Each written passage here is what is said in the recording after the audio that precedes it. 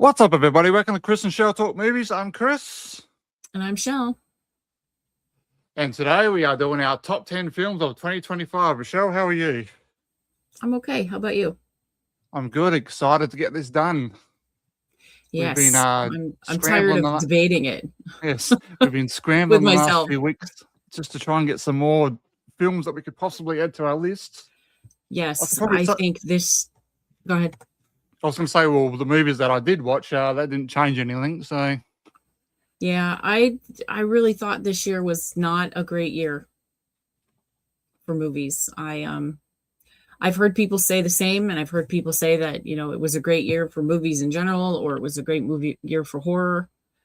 I don't think either of that is true. I did not enjoy most of the movies I watched this year.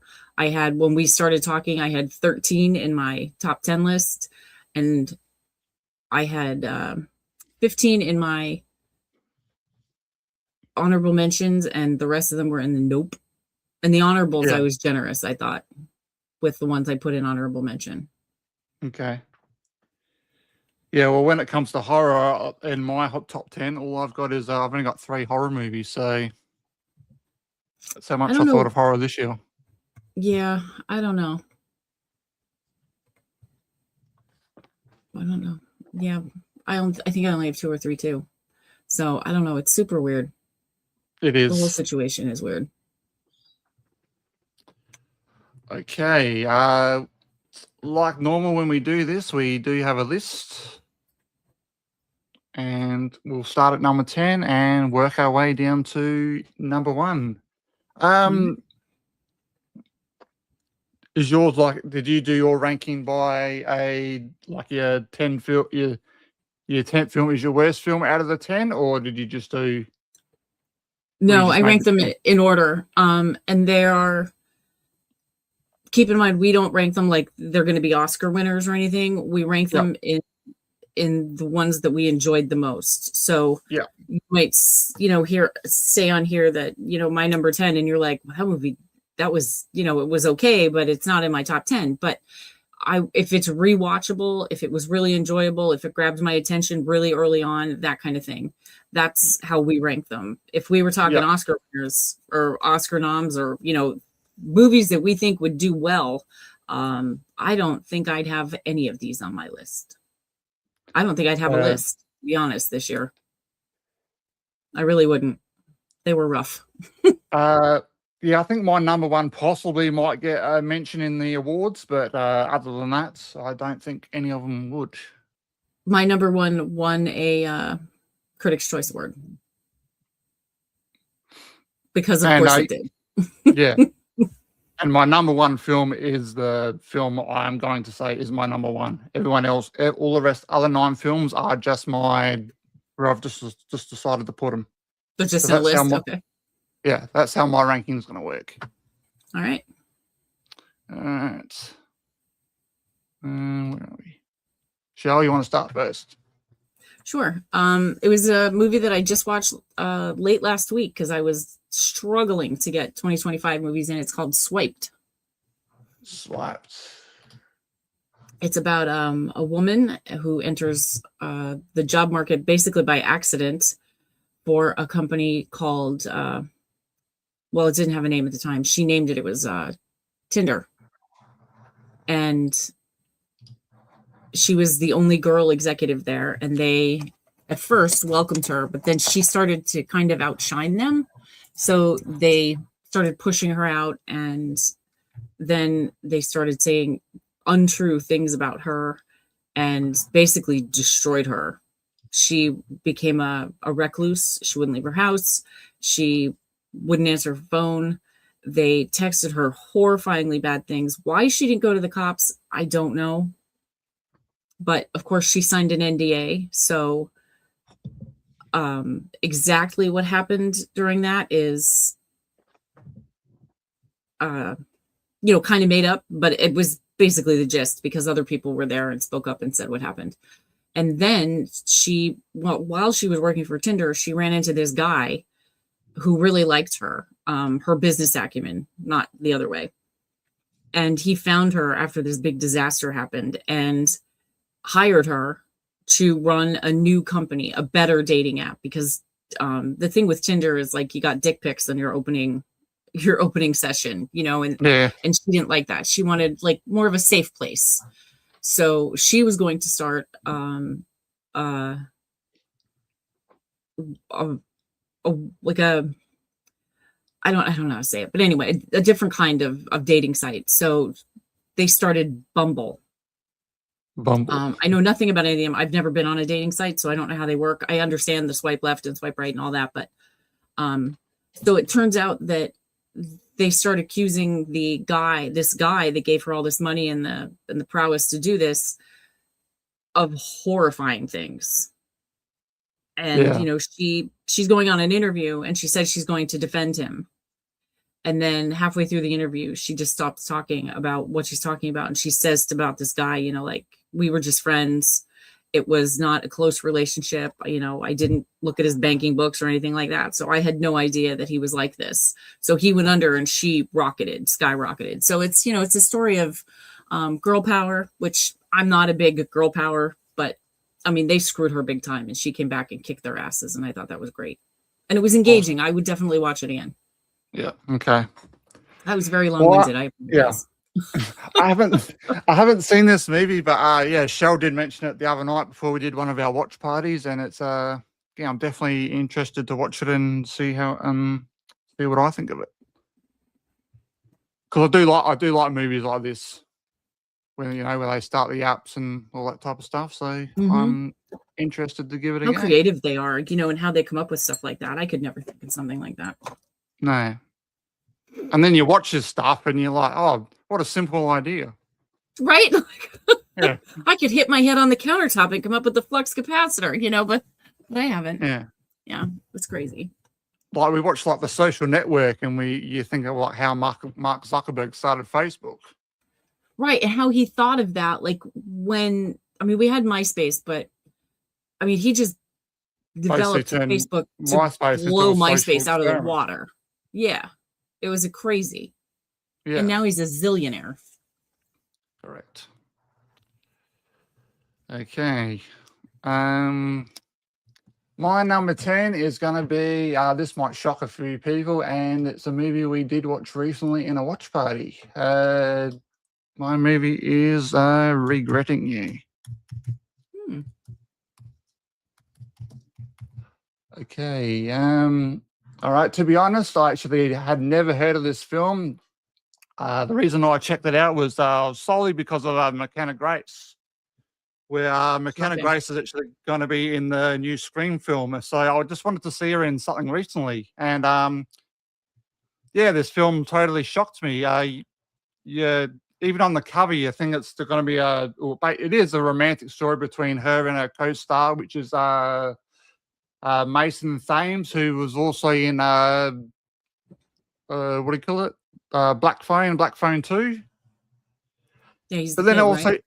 Yes, and it just brings into another story as well with Dave Franco and Alison Williams, who was in the movie Megan and Megan 2.0, which I actually think does actually turn into a bigger story of the movie. It definitely does. Yeah, there's a lot more to that one. Once you find out more about the dead spouses. Yes. Yeah. Because their dead spouses were actually having a secret relationship. Yep. It was good. That was the shocker part there. That was good. And it took her a little too long to figure out that that's what was going on, but it was enjoyable. It's in my it's under my 7 honorable mentions, but it was enjoyable. Okay. So that's my number 10.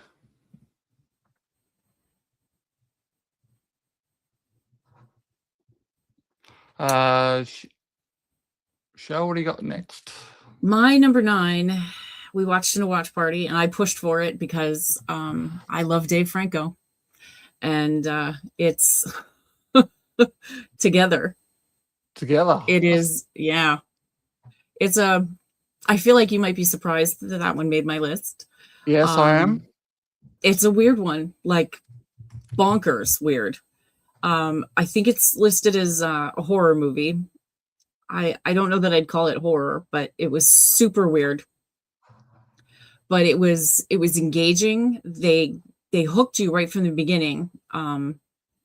It didn't take long for me to be completely invested in both Dave Franco and his wife's character, and trying to figure out like what the symbols meant and other things that kind of led you to try and figure out what in the hell this weird ass movie was about. Yeah. And it's, in my opinion, definitely rewatchable. I guarantee you I will watch this movie at least once a year. I'll skip the weird part in the beginning with the dogs because that was creepy. But Oh, yeah. Yep. The ending, the very end, I would say the last 45 seconds of the movie are mind-blowing. So I really enjoyed it. And it immediately went in my top 10. Yes, that's definitely a shock for me that one made into your top 10. To be honest, I wrote it down and I'm like, Chris isn't going to believe this one. I didn't actually give that movie another thought. Yeah, I loved it. Very good. I like the weird ones though. Like Yes. it's super, super weird. I normally like the weird ones too, but that one And I do have that. I love Dave Franco, which I is a will weird watch it. opinion to have. Yeah, I like Dave Franco as well. I bet I will watch that together again. It was just doesn't make my top 10. I told you it was a bad year for movies. But you've got Together as your number 9, and my number 9 is probably going to shock a lot of people too, because a lot of people did like it. But my number 9 actually did grow on me. Where are we? My number 9 is going to be 1 second. Clown in a Cornfield.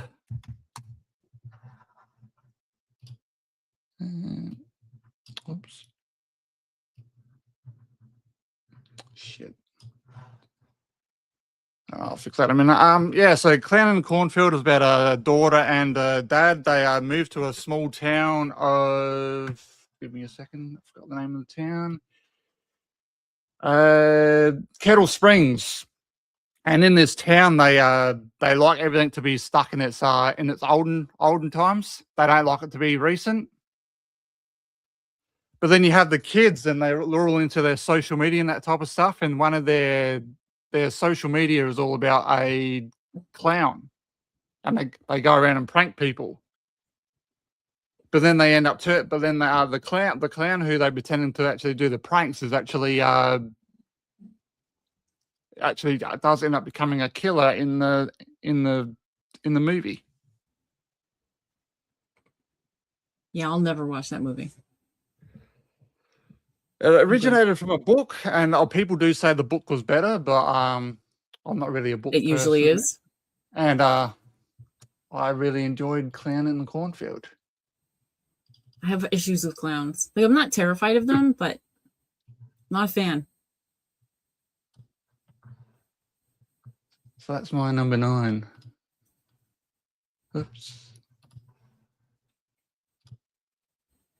Okay, there we go. Cheryl, what have you got for your number 8? Another Simple Favor. Ooh, I did not even think of that one. How the hell did that bloody not get? I don't know. How did you miss it? I don't know. Of course, the ever beautiful Anna Kendrick and the tolerable Blake Lively are back for another round, and I forget what Blake Lively's character's name is. Gets out of jail, and she should have stayed there because she should be in the loony bin because she's a friggin' nutter. But anyway, she comes back and tries to screw over Anna, and Anna in this movie is a lot less timid and a lot less I don't want to say in love with, but I mean in a different kind of love. Like, she's in the first one, she was obsessed with Blake Lively's character. She wanted to be with her all the time and please her, and it was Emily, right? Blake Lively was Emily. Emily was the name, yes. She wanted to be with Emily, around Emily, obsessed by Emily, obsessed with Emily, the whole thing. So in the second one, Stephanie, that's her name. Yeah. Stephanie grew a set and Yes. basically told Emily where to put it and how to get Yes. it there. And in no uncertain terms, how it was going to be. And it was continuous Emily trying to push Stephanie to her limits, and Stephanie kept pushing back. And I really enjoyed seeing Anna in a role like that, because she's generally the mousy one. Like even in Pitch Perfect, you know, she's the mousy girl who just, you know, well, I don't like that. She'll say what she doesn't like, but she doesn't really stand up for herself. Yeah. She'll just go with the flow. Right. And that's like all of her roles. Even even in Twilight, she's the mousy girl. Yeah. So it was really good to see her have a role where she was, I don't want to say dominant because that's not the right word, but a little more dominant. Yeah, maybe. It was good. I really enjoyed it. I haven't watched it yet since we did I'll it. get there. Yeah. Yeah. And it'll be a doubleheader because I enjoyed the first one quite a bit. Yeah, I definitely enjoyed the first one more. It was definitely a bit more of a mystery. Yes, you're right. And the second one was more of a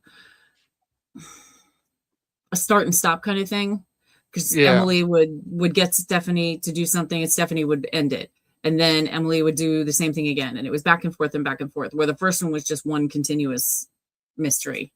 But they did an okay job on the second one. I don't feel that it was necessary. I'm not quite sure why they made it, but it was, Anna, so I'll take it.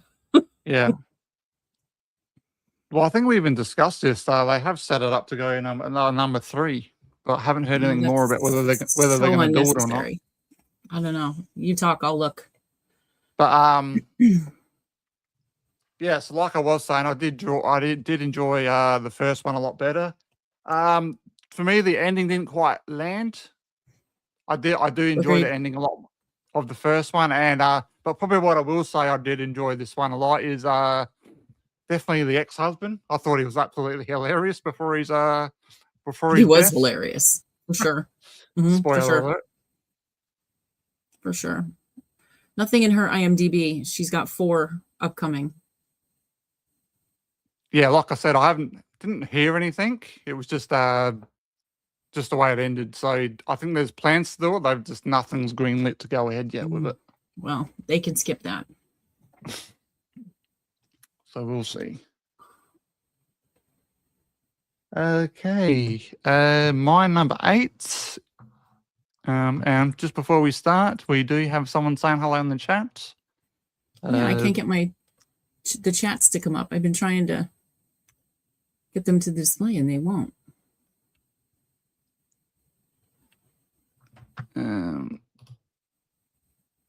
How's that? Nope. You're in charge of comments tonight. Morning, Grandizer. How are you? Good to see you. Hey, Grandizer. It's 25 I know past why. 11.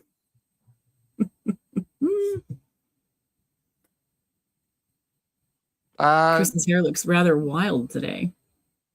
You're right, it does. Oh, he doesn't have his headphones on up further. Your headphones are usually up further. Yeah.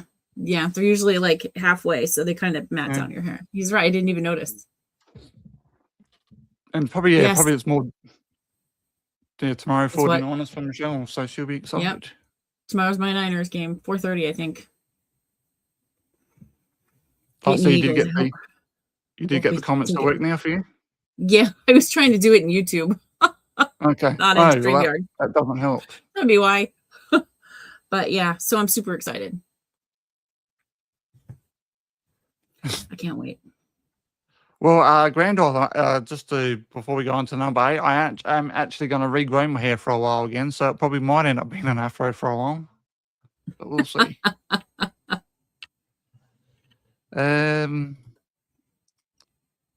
My number 8 is going to be The Accountant. 2.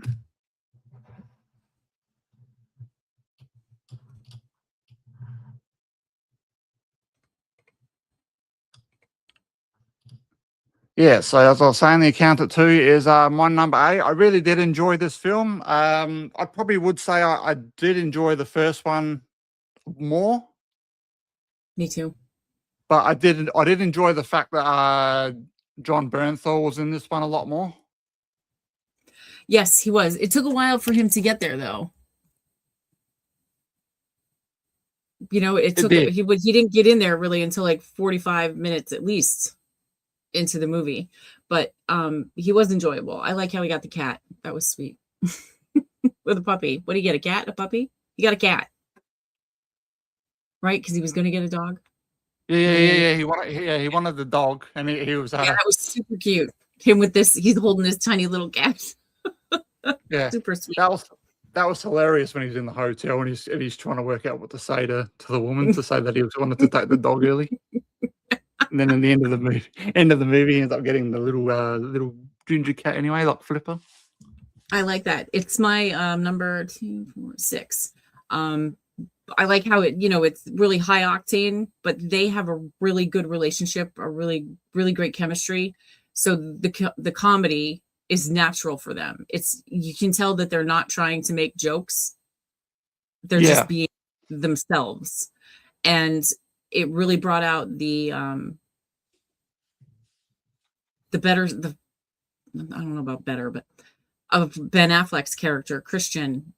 Like you can see that he's growing and he's figuring out I'm not sure if you'd consider him autistic or which part of the spectrum he's on. I would imagine it's autism, but how they really worked with it more this time. It wasn't just showing him as a savant. It was showing him as a person, like when he's out there doing line dancing. I was in tears. Hilarious. I love that scene. I watched it twice. The first time I watched it, they ended up across the world and I couldn't figure out how they got there. I missed something. So the second time I watched it, it made a lot more sense. It was really good. I enjoyed it quite a bit. Yeah. So what we didn't talk about is actually the story on this one is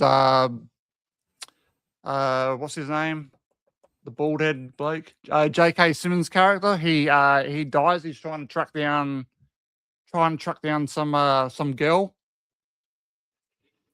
and they end up killing him. So he ends up writing the accountant on his wrist, on his arm, and the woman that took over his position has to get Ben Affleck's character to come in to help her solve the mystery of what he was actually trying to work out.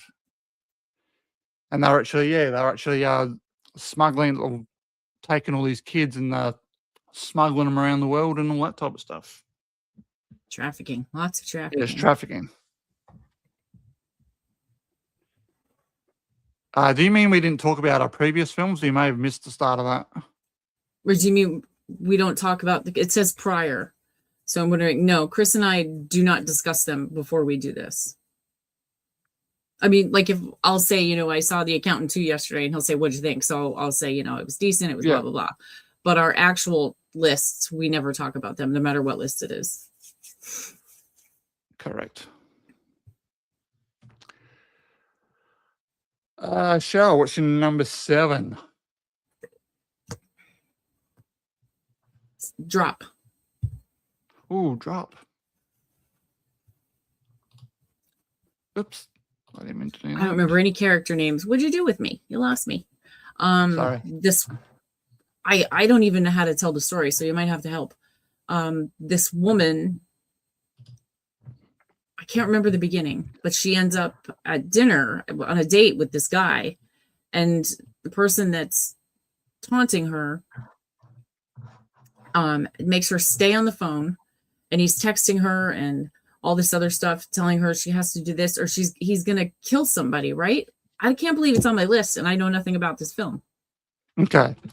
So it basically starts out she's a domestic violence survivor. And right? she finally decides to get out there and go out on a date. So she goes out on a date with a guy, and this guy works for the mayor's office, I believe. And the guy that she's on a date with actually has some damning evidence on the actual mayor. Right. So So she has so to they're get out, the right. Okay, it's coming. yeah. So she's at they're at the fancy restaurant, and she starts getting all these Dropbox messages. And then yeah, so they're on the date, and he's basically the guy who's telling her to do all these Dropbox messages, actually telling her that she's actually got to take care of him and take him out. She doesn't want to Right. do it. So she's trying to be at the date, but also trying to spoil it as well, just to keep him alive. Yeah, so she doesn't have to kill him. Yeah. Yes. I really enjoyed it when I watched it. That's why I put it on my list. And I haven't watched it yet since, but it's on my to be watch list again. But I remember it, but like it's kind of fuzzy. I don't know why. But I really enjoyed it a lot. It was suspenseful. Is that the I don't know. Yeah. Did they end up like out in the middle of nowhere in a house? Was that one? Sometimes they all run together because we watch so many movies. No, in this one, at a home, he's got a guy like looking up, like taking care of, like making sure she complies. Otherwise, she's gonna the guy's gonna take out her son. Yeah, we'll talk later about the one I'm trying to remember the name of. Okay. But yeah, so it's really good, even though I can't remember anything about it. It was a great review, but I highly recommend it. Yes. I've actually got this movie on my list as well, but it's my number 6. So quickly go on to Grandizer for a minute. Okay, here we go. Right. Yeah, we don't. No, yeah, we don't talk about our list prior. We just we obviously just go live, and then we talk about things like maybe we should talk about our lists so I know what the hell to say. Yes, we talk about it then, and then we see how we go. Yes, that is an Australian thing. Yeah, she does. She went on a date with a bloke. It was just easier to say instead of our man. And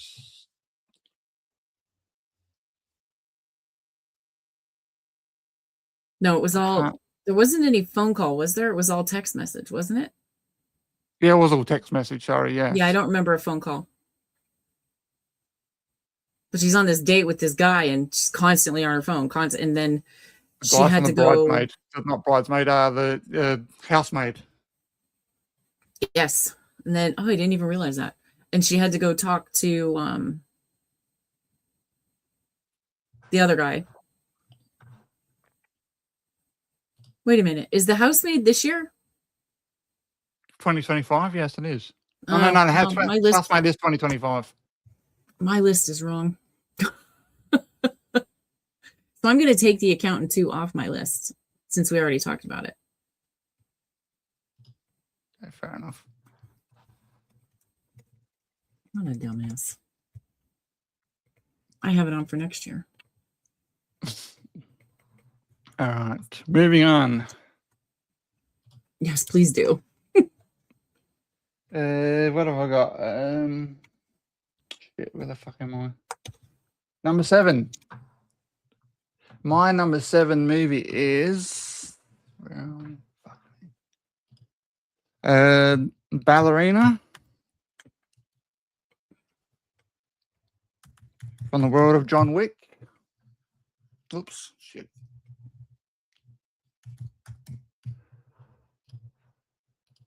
Yeah, so this movie takes place in between John Wick 3 and 4. So if you're at the start of John Wick 3, he does need to go. He goes to like this ballerina place, and because he's actually been outcast. But this one is actually about obviously the girl in the ballerina studio. She takes revenge on the people who killed her dad when she was a child. So she basically learns how to become an assassin, and then obviously goes after the people that took out her dad years ago when she was a kid. but they're not very happy about it, so they end up sending John Wick after her. So I had a good time with it. If I could probably say Alright. the one problem I had, or not really I had with it, was the fact that they it probably would have done better at the box office if they didn't delay it so much. I think if they released it when they were supposed to after John Wick 4, when John Wick 4 was at its heights, I think it would have done a lot better. Probably. Yeah, you're right.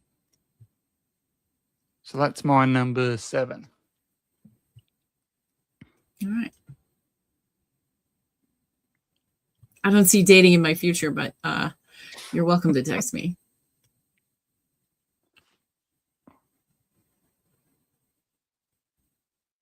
Right. Yeah. And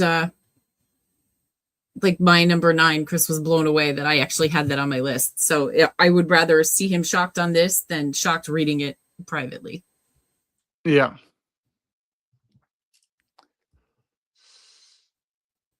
Okay, so what's your number 6? Companion. Companion. Yeah. So Companion stars Jack Quaid and other people that I don't know. And I, prior to this film, despised, well, even this film, Jack Quaid, didn't like him at all. And I've come to the realization because the first thing I saw him in was Scream 5. And I thought he was completely ridiculous in that film. I didn't like him. I didn't like his character. I thought he was poorly written. I have a lot of issues with 5 anyway, but that's a different stream. So I really just thought I got it. I thought he was like one of those Nepo babies, like he was going to be popular because of his mom and his dad, Meg Ryan and Jack Quaid. Jack Quaid? No, Randy Quaid. No? What the hell? No, you were correct. I can't think of his name. Dennis Quaid.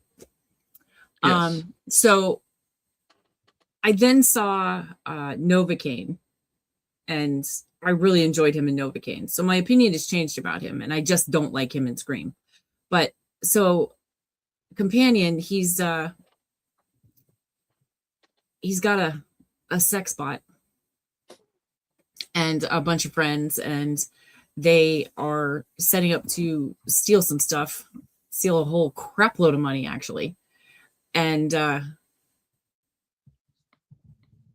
it turns out there's twists. I don't want to like go too deeply into it to spoil it, but and this one I could actually talk about because I remember it. But there's another sex bot you don't know that's coming. I was totally floored when that person revealed themselves to be a robot.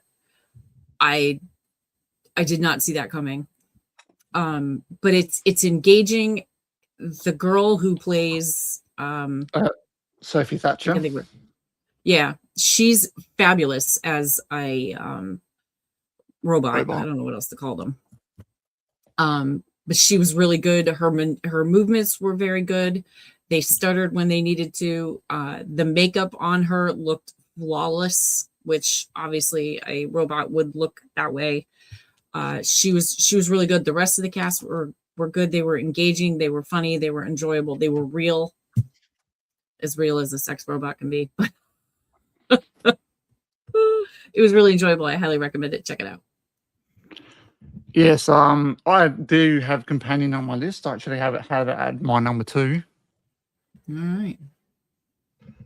Yeah, so this movie did shock me as well because it's one of those movies where you watch the trailer, and it's a different movie to what you actually get.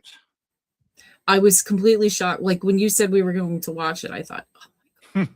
One, it's robots, which, whatever. And then it was, what's his name? So I was beyond thrilled to watch this movie. But I do love Transformers. Well, I grew up with Transformers. I could watch Transformers every day. I almost watched it today. But I don't know, different kind of robots, I guess. Lots of fun though. Lots of fun. Okay. Grandizer says he heard about Companion 4. Just it's a lot of fun. I definitely recommend it. I know I've said it's fun about 10 times, but it's quirky. It's definitely not what you think you're going to get, like Chris said, but it's definitely worth the time. I actually think we watched it in a watch party just before you met us, Grandizer, I believe. I think so, yeah. Oop, keep bloody pushing the wrong one and getting rid of you. My number 6, we've already talked. I don't know what's going on today. My number 6, we've already talked about, which was Drop. So we don't need to talk about that one again. Number 5, Shell. Novocaine. Ooh, I'm surprised you've actually got that in your top 10. 2 Jack Quaid movies in my top 10. I can't take it. So anyway, Novocaine is about Jack Quaid, and he has this illness where he does not feel pain. He has to set alarms to go pee and poop, and he can't eat anything hot, and because he'll burn his mouth, and he's afraid his bladder's going to rupture. That's why he has the alarms for things like that. And he wears clip-on ties so he doesn't pull up his tie too tight, and everything in his house is like basically rubberized and baby-proofed. And he's engaging. I think I've said that word. That's like my magical tonight. Engaging.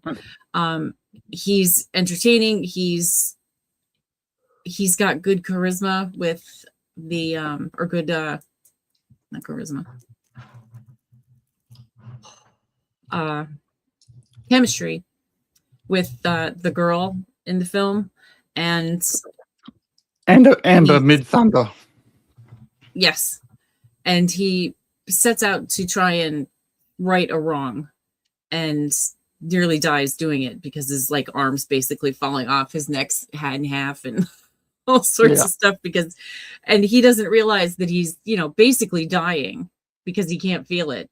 So he's running after these people trying to save this girl, and his limbs are flapping in the wind. It was very entertaining, really. And Jack Quaid's not the douchebag that I thought he was. Yes, I had a good time with this movie. I definitely could actually could have made my top 10, but I just decided to leave that out.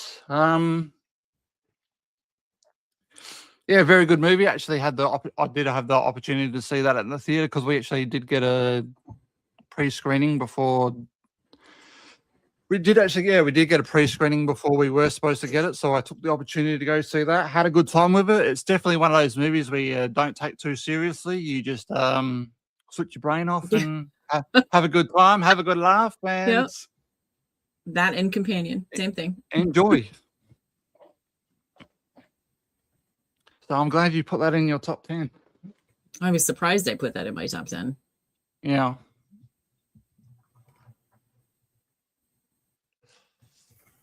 Okay. My number 5. I'm surprised we haven't talked about this one yet. It is Mission Impossible. Whoops. 8. I'll spell that wrong. Yeah, Mission Impossible 8, or the Final Reckoning. So in this one, it's supposed to be Tom Cruise's last Mission Impossible. We taking bets on that? Probably not. And I'd need to bring up the thing on this because so basically in this one, him and his IMF agency, they're got to take out an AI robot called the what is it? The Entity? Yeah. Entity, yeah. Because the Identity has hacked itself into basically all the missiles around the world. So it basically wants to take control and then if Ethan Hunt doesn't comply, it's basically going to set off all the missiles and take out the world. That's pretty much the easiest way to describe Mission Impossible 8. Pretty much. It's a long movie. Had a great time with it. Definitely some good scenes, especially inside the submarine. So yeah, that's my number 8. My number 8. Sorry, my number 5. Sorry.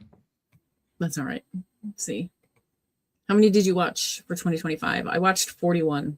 I thought it was a terrible year for film. So I definitely did not see as many as normal.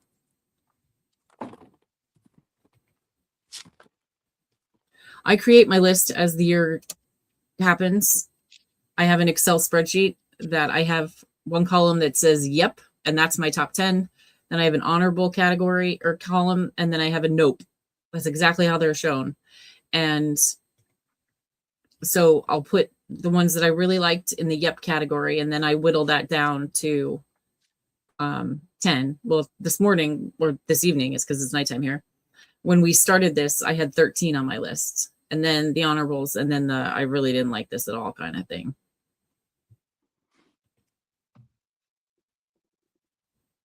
Kind of like Skynet, but the great thing about 7 and 8, the Reckonings, they brought them back around to the beginning movies. Like in 8, they take you back to the first film. And I think they find out in 7. 7, you find out about something that happened in 2. So it's Skynet. Skynet's not as detailed as Mission Impossible is. So right church, wrong pew kind of thing. But I think for detail and storyline and things like that, the Terminator fails compared to Mission Impossible. And I'm not a big Terminator fan anyway, unless it's T2 and I watch that all day. I got through 45 films. You only have 45? Yeah. Wow. It was a rough year for movies. I just didn't get around to seeing them. Yeah, I just started really paying attention to watching movies that came out that year because we do this. So yeah. Prior to that, if I didn't want to see it, or I thought, well, that can wait till video, it waited, for a while, and I would get there when I got there. Cheryl, what do you got for your number 4? The Housemaid. Oh, The Housemaid. Mm-hmm. I just saw that last Wednesday. Sydney Sweeney and Amanda Seyfried and the guy, I don't remember his name, but he's really cute. I read the book first, and I told my friend about it, and I said, when you're done, we'll go see it, as long as you're done soon. As this was last Monday, and she was reading it then. So she texted me Wednesday at 2:00 and said, I just finished the book. If you want to go see it, they're showing it 5:25 tonight. So off we went. And if you saw my terrible out of theater in my car reaction video, that was a good one. Oh, thank you. But the box in the back. Oh. But I really liked it. They did a great job with the screenplay, transferring it from book to screen. The last act was rewritten as it should have been. It's a little slower in the book, a little bit more torturous in a good way. And Amanda Seyfried she needs to win all the awards. I don't understand why she wasn't nominated for a Critics' Choice. I'm hoping she gets maybe a SAG nomination, at least a nomination. This character is nuts. Not in the beginning, not when she first meets this guy, but he makes her nuts. She becomes nuts, and she's batshit. And she's horrible to Sydney Sweeney's Millie. You find out why she's crazy and why she's so awful later on.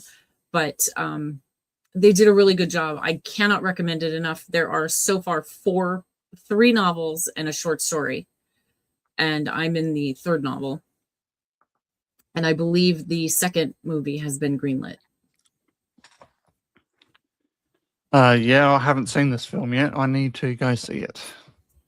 Highly recommended. It was really good. I was meant to see it. I just had never got around to going. I don't know that I kept saying I'm going to go this week. I'm going to go this week, and then I wouldn't feel good, or something else would come up or whatever. But when she's like, I know it's late notice, I was like, let's go. Yeah. I am in. Yeah, I was the same. I was supposed to go straight after Christmas, but never got there. It's been in for a long time, and there was still, for as long as it's been in, and for 5:25 p.m. on a Wednesday, there were 10 people in that theater, which I thought was a lot of people. We expected to be alone. I thought that was a lot for how long it's been in and the time of day and the day of the week. Yeah, well, I was expecting the theater to be a lot more full yesterday than it was. It was pretty quiet yesterday, especially because we did get the advanced screening of Primate yesterday. Because like I said, we're not supposed to get it till the 22nd, where you guys in the US got it on Thursday. So I thought the theater would have been full for it.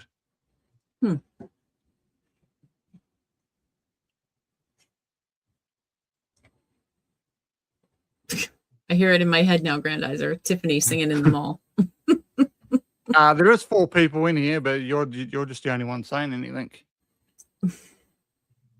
Which is how it works sometimes. People do hang around. They just like to watch and not say anything, which is what it is. We appreciate them nonetheless.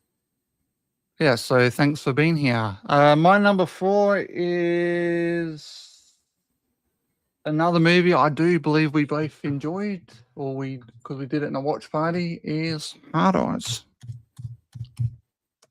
We'll talk extra about that because that's my number 2. Okay.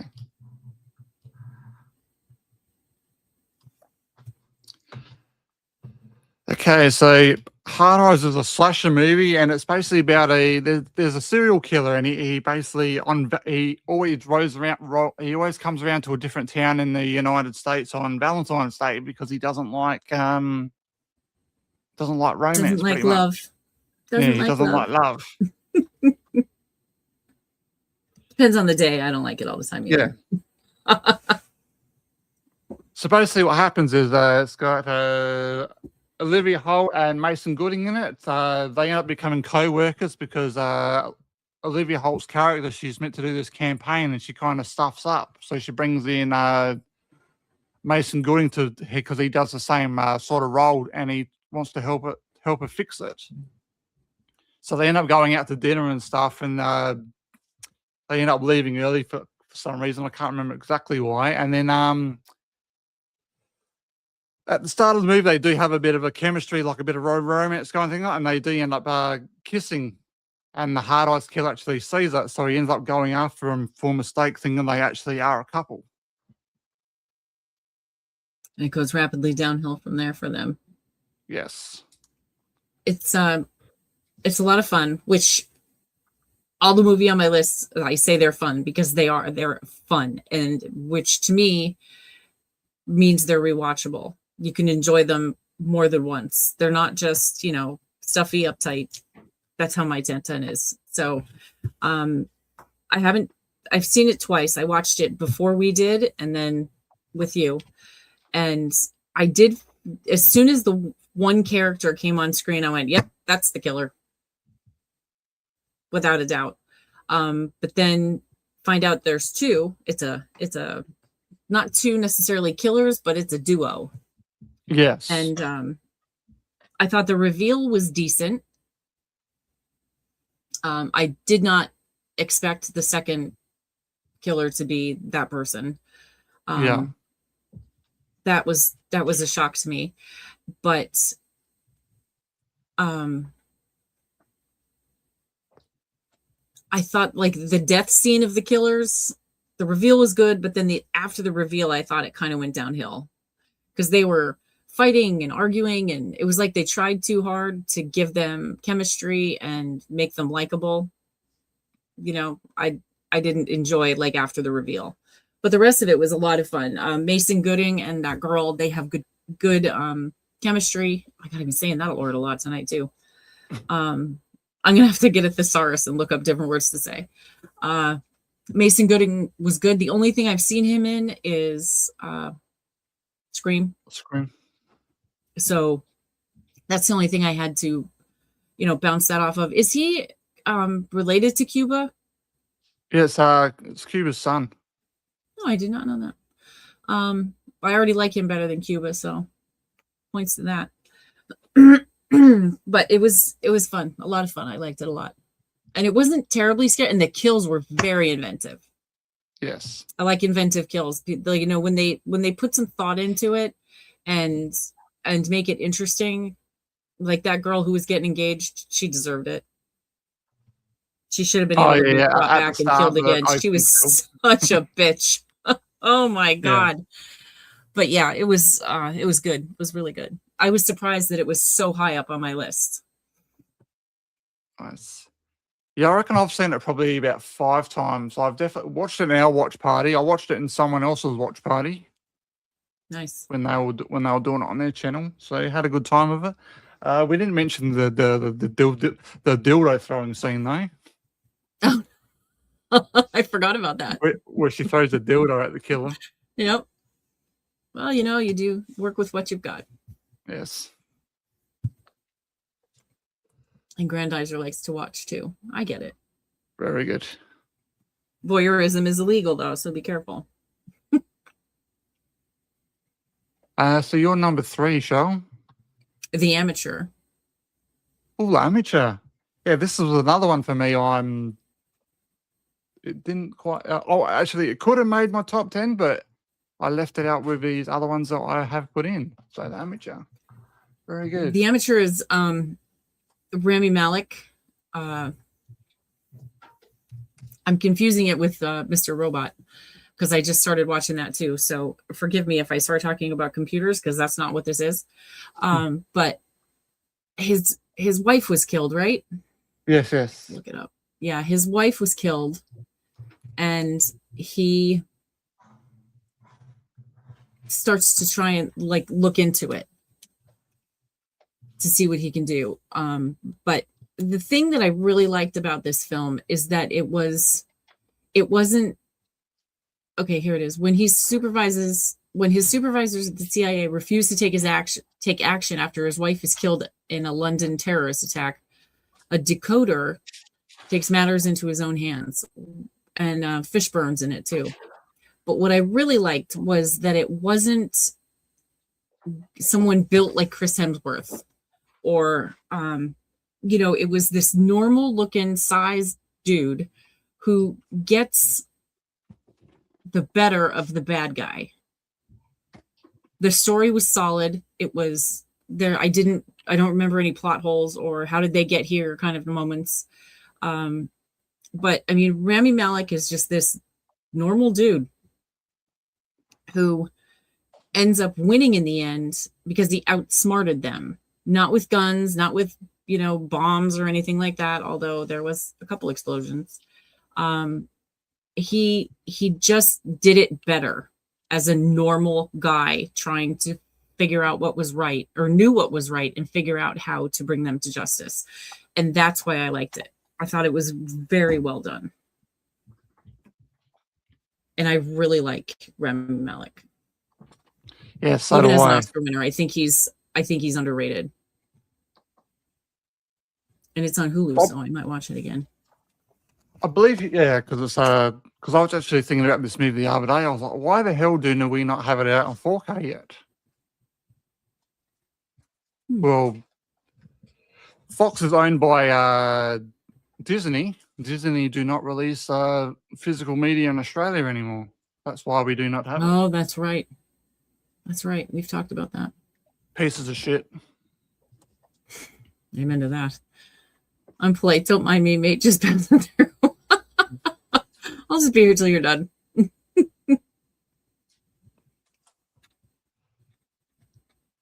Very good number 3, Michelle. I lost my list. Hold on.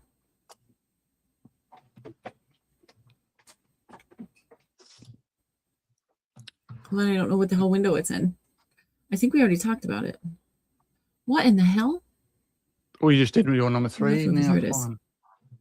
2025, here we go. What are we on, 2? Oh, I've got to do my number 3. Yeah, you're 3. Okay. My number 3 is Sinners. Oops. I have not seen it. This is one of those movies for me. I do regret that I did not go and see it in the theater. Because to be honest, when I actually saw the trailer, I actually had no interest in seeing it at all. Yeah, I'm still that way. Just didn't really interest me at all. But it does star Michael B. Jordan. He plays himself, and he plays a character, and he also plays his brother as well. So he's playing 2 roles, and they're basically like in a gang in Chicago, and they finally decide to come back home to, I believe it's Mississippi, and they want to start their Mississippi hometown, and they start their own bar. But what they don't realize is when they come home and start their own bar,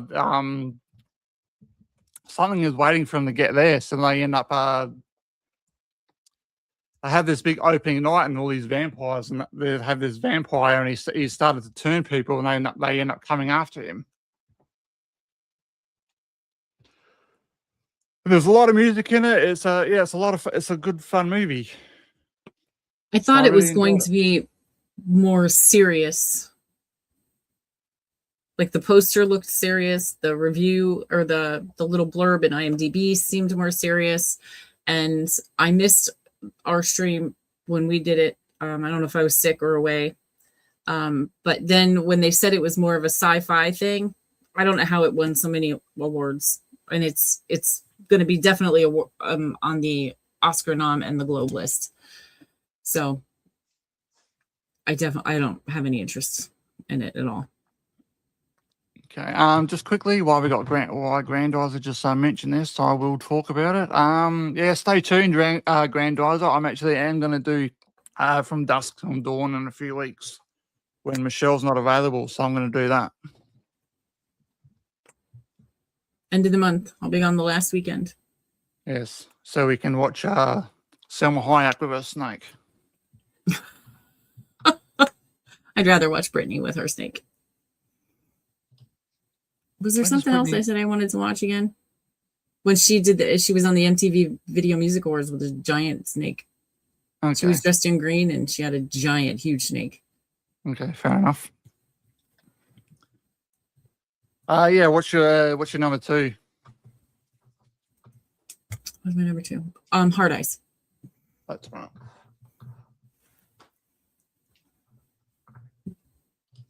Hard Eyes. And I really, like I said, I thought it was so much fun. And Mesa Gooding and this girl, whose name I don't remember, they just met, and here's that word again, had really good chemistry. But they talked and interacted and fought for each other against this fruitcake that they'd known each other forever. They fought against him and tried to keep each other alive against this psychopath, where I'm sure a lot of people would have said, screw it, lady, you're on your own.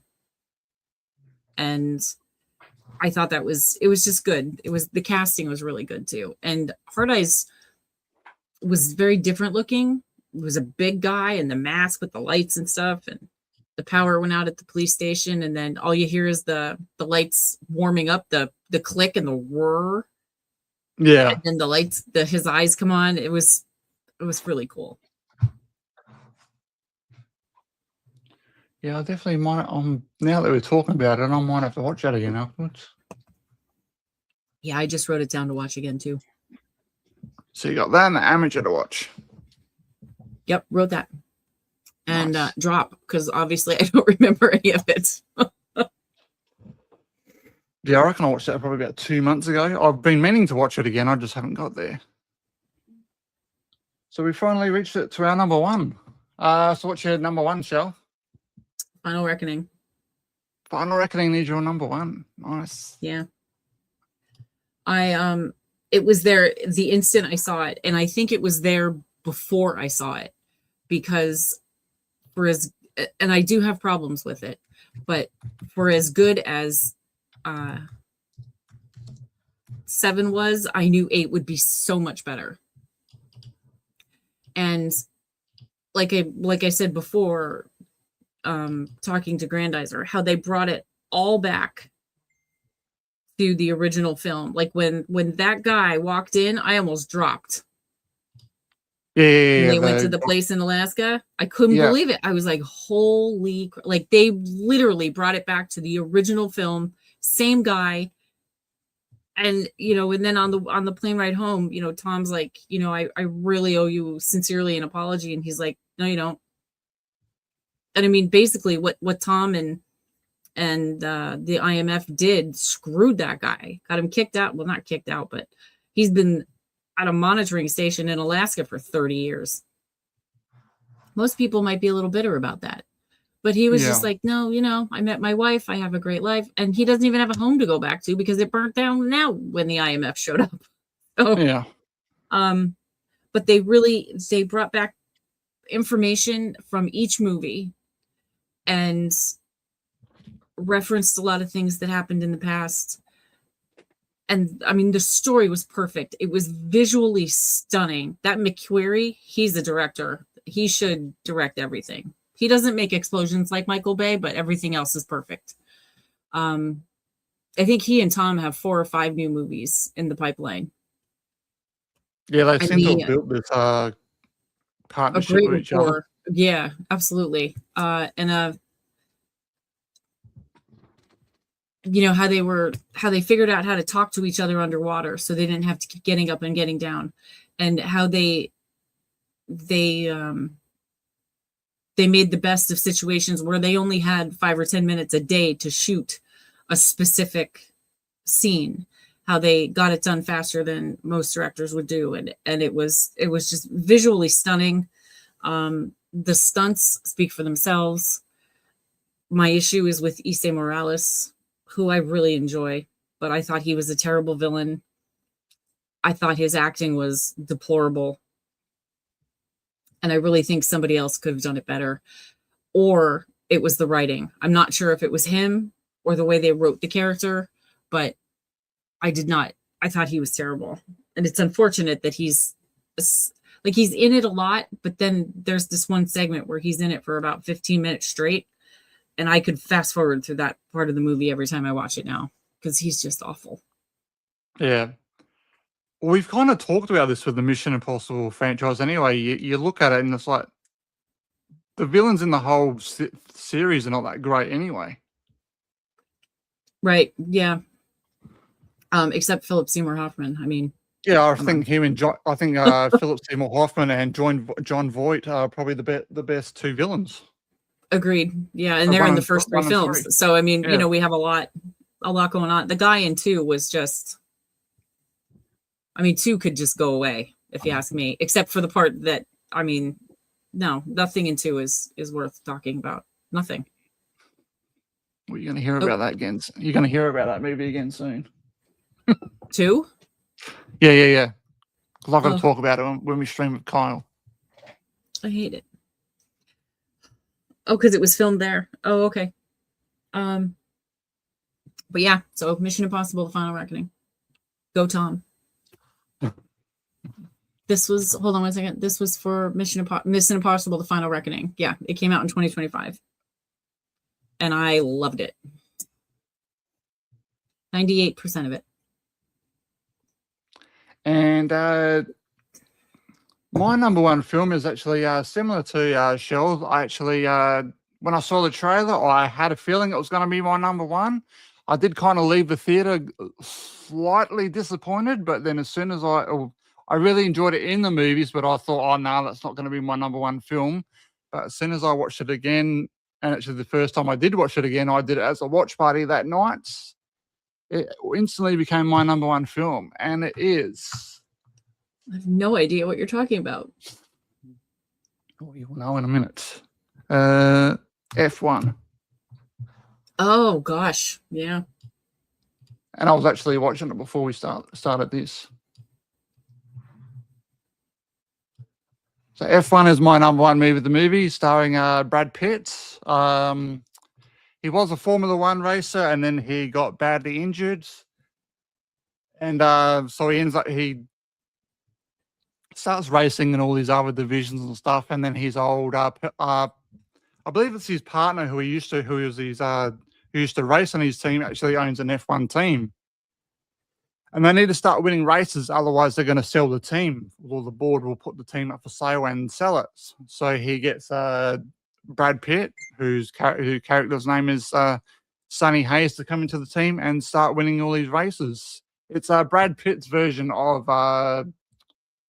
Top Gun Maverick, done by the same director. Definitely, they use the same sort of same sort of stuff with the camera to achieve that sort of effect. So it's a very good movie. I love how they filmed Maverick. Yes, check it out.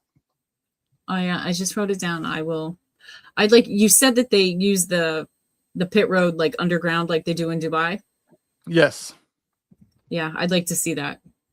So did they actually do that, or was that all CGI? Do you know? No. Every single race which they use in Formula One for their scenes, they filmed it while the race was actually going on in that city.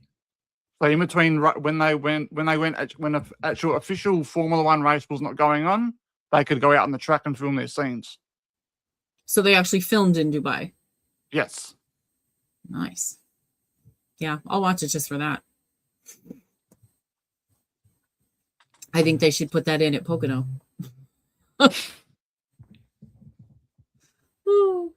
More people will go to the race at Pocono. They have an underground. That would be cool. So that's our top 10, list. everyone. So what do we have in this the same? We have 1, Mission 2, Impossible, 3. Companion.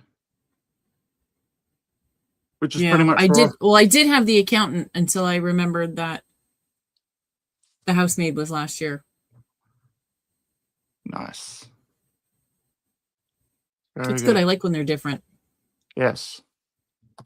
And we definitely have different tastes in movies. Like some stuff we're spot on, and then other stuff like you'll say you liked it, and I'm like, why? Like The Clown in the Cornfield. I'll never see that in my whole life. Ever.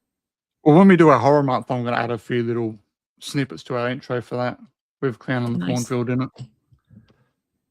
The poster's creepy enough for me. Yeah, so before we go, we do have some honorable mentions to get through. So, Shell, you want to do your honorable mentions first? Oh, yeah. If this weren't in this series, I definitely would have skipped it and put it in the nope column, because the effects were horrible. The sound was horrible.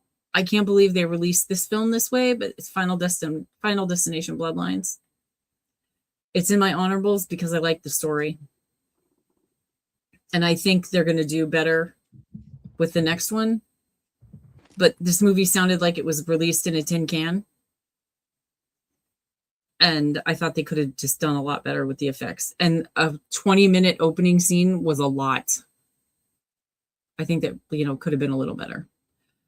Second was The Monkey. It was a horrible, horrible movie, but it was so much fun. I remember watching it with you laughing. Yep. I chose this one just purely because of nostalgia. And it had me for the first 2/3 of the movie. That was I Know What You Did Last Summer. I thought the story was pretty good. The kills weren't that great. There's only one really good chase scene. But I gave it up for having Julie and Ray back. But having Ray as the killer and the whole scene, once they hit the boat, or not the boat, the bar, once they got to Ray's bar, I feel this movie just plummeted completely. Yep. Freakier Friday with Jamie Lee and Lindsay Lohan I saw the first Freaky Friday last year, and I liked it a lot more than I anticipated. It was a lot of fun. It's really cute. Mickey 17 with Robert Pattinson. It's sci-fi, so I wasn't expecting to enjoy it, but I love art pats, so I gave it up for that. Now You See Me, Now You Don't, which I expected that to be in my 10, but honestly, Rosamund Pike ruined this movie for me. Her trying to be South African was terrible, and I like her a lot, but I did not enjoy her in this film at all, and I felt that she ruined it.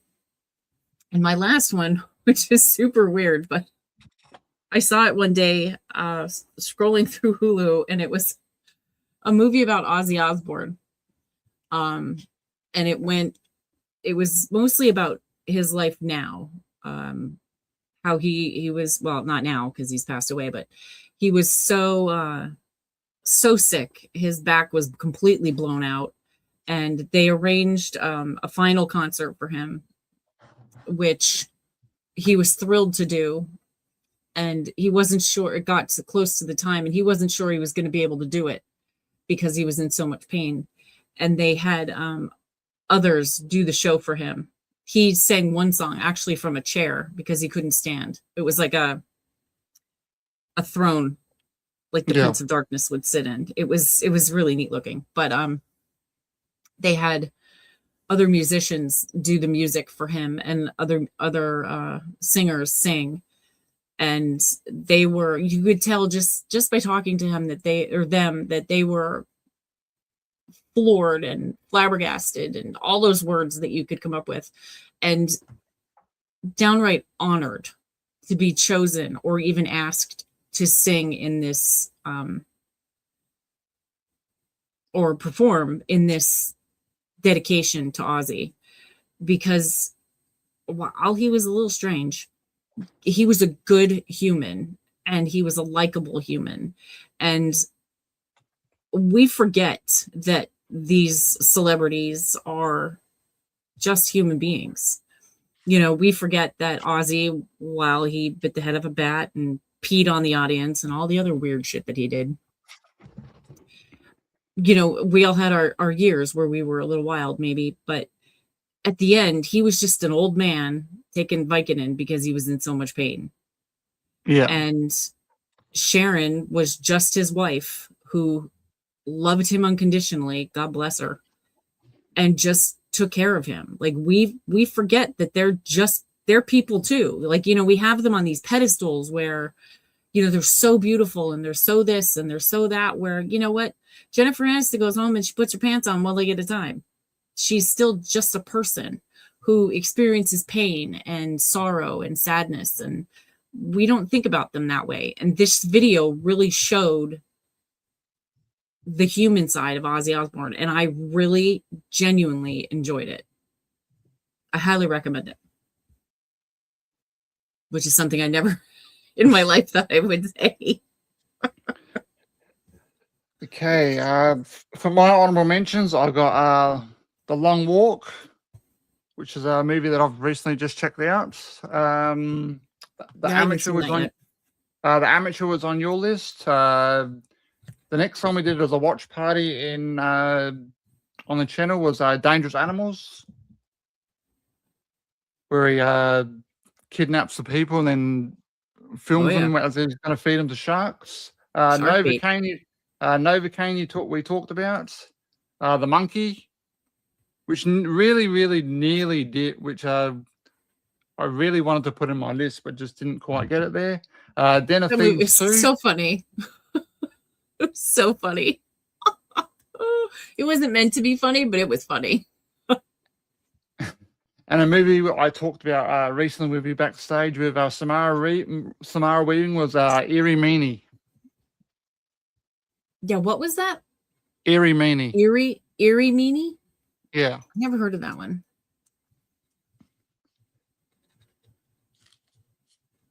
So I'll basically talk about that one a little bit. Eerie Meanie, she's basically got her life back together, and she finds out that she's pregnant. But her boyfriend that she's supposed to be the father, he's still into this whole sort of dangerous world. So she goes and tells him, but there's people after him. And she used to be a getaway driver, so he basically pulls her back in to do this one last job. So then they can go off and start their life together. One last bad Okay. idea.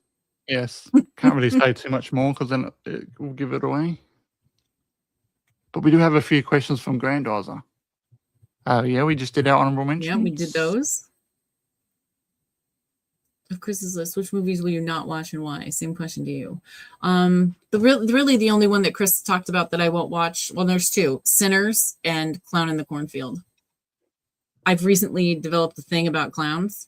I don't know what it is, but and Sinners, like I said, I thought the poster looked interesting and I thought it was going to be more of a drama, but I don't need sci-fi vampires. I'm good. With Shell's list, I've either seen them all or there's one that I want to see, which is obviously the Housemaid. Yeah. Well, and Swiped, which was on my list, your number 10. My number 10, yeah. Swiped was really good. I've seen all of my top 10 except The Housemaid and Swiped with Chris. There we go. Next question. And in my honorables, there's only two that Chris hasn't seen. So yeah.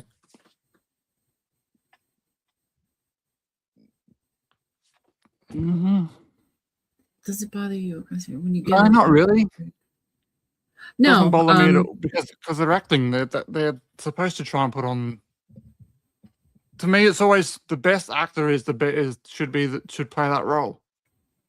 Right. No so, like, are you saying like Robert Pattinson plays the Batman, something like that? Do you mean because he's English, he's playing an American role? Yeah, I don't have a problem with that, as long as it's done well.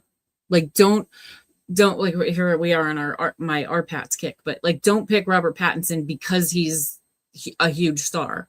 Pick him because he's going to do the role justice. I'm fine. I don't care where you're from, as long as you do it well.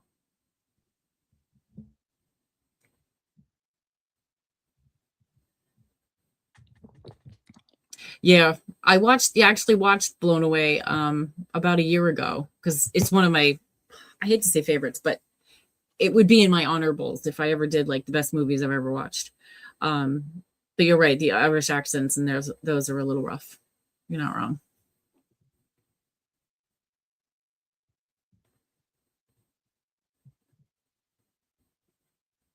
Chris has seen them all except for two, yeah. Chris hasn't seen correct. Mickey 17 and Ozzy. Yes. I think Chris has seen like my all but let's see one. The rest of my honorable mention, there are, let's see, 2, 4, 6, 8, 10, 12. And I would say he hasn't seen that one. What? Straw. I know you saw that. I didn't see that one. No. Ice Road Vengeance. You haven't seen that one yet? Nope. And Knives Out, Wake Up Dead Man. Oh, and The Roses. You didn't see The Roses yet either. No.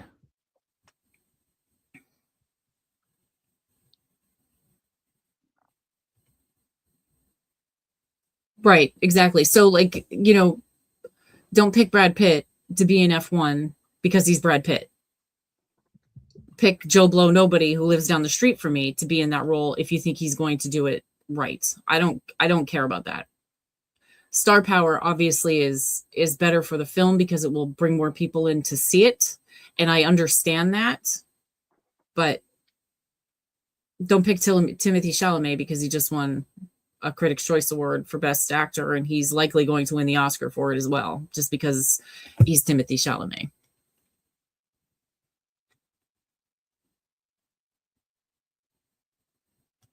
I don't like Brad Pitt at all. I do not like him, like, at all. So that's why I haven't seen F1, but I'm excited to see that underground pit road.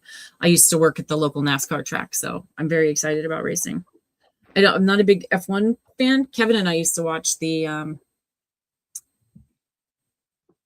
Indy 500 every year.